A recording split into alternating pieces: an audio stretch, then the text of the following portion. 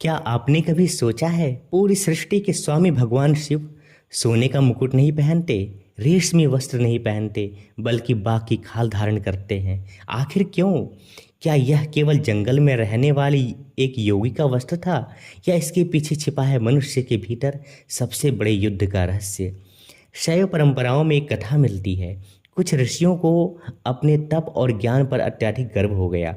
उन्होंने भगवान शिव की परीक्षा लेने के लिए एक भयंकर बाघ उत्पन्न किया और उसे शिव पर छोड़ दिया। बाघ गरजता हुआ उनकी ओर दौड़ा, लेकिन महादेव तनिक भी विचलित नहीं हुए। उन्होंने उस बाघ को वश में कर लिया और उनकी खाल धारण कर ली। यही से बाघंबर का रहस्य शुरू होता है। भारतीय दर्शन में बाघ केवल एक जानवर नहीं है, वह प्रतीक है क्रोध का, अहंकार का, वासना का, अनियंत्रित शक्ति का। ध्यान दीजिए, शिव बाघ को मारकर उसका प्रदर्शन नहीं करते, वे उसकी खाल पहनते। अर्थात जिसने अपनी पशु प्रवृत्तियों पर विजय पाली है वही सच्चा योगी है। महादेव हमें नष्ट करना नहीं सिखाते, बल्कि शक्ति का स्वामी बनना सिखाते हैं।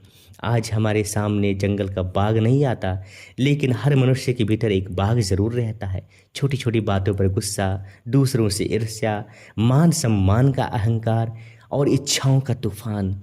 हम पूरी दुनिया से लड़ते रहते हैं, लेकिन अपने भीतर के बाघ को पहचानते ही नहीं। महादेव का बाघंबर हमें याद दिलाता है कि सबसे बड़ा युद्ध बाहर नहीं, भीतर चल रहा है। तो अगली बार जब आप भगवान शिव को बाघंबर धारण किए हुए देखें, तो केवल एक धार्मिक चित्र मत देखिए, अपने भीतर के उस बाघ को पहचानिए जिसे जीतना अभी बाकी है। महादेव मानो कह रहे हो, दुनिया को जीतने से पहले स्वयं को जीतो।